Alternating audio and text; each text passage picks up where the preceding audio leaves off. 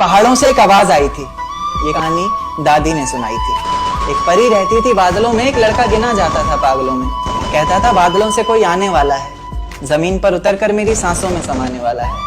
उसे बिना देखे इजहार करता हूँ, कहता था मैं उसे खुद से भी ज्यादा प्यार करता हूँ। इतना सब सुनकर परी ने जमीन पर आने की ठानी। माँ ने रोका, बाबा ने समझाया, पर किसी की एक न मानी। रात का वक्त चारों तरफ अंधेरा था, रोशनी के नाम पर बस चांद का बसेरा। अब चांद से याद आया कि चांद की रोशनी भी तो फीकी पड़ जाएगी जब वो उतरकर मेरी छत पर आएगी। तो कहानी ने नया मोड़ लिया। परी ने प्यार की खातिर ख्वाबों से रिश्ता तोड़ लिया। कहीं मैं सपना तो नहीं देख रहा, ये मेरे सामने कौन खड़ा है? कुछ बोलता क्यों नहीं, तेरा चुप्पी साधे क्यों मौन खड़ा है? उसने कहा कि माँ बाबा घर बार सब छोड़ दिया मैंने, बहुत ख्वाब सजाए थे, काफी ऊंचा उड़ना था, सब तोड़ दिया मैंने।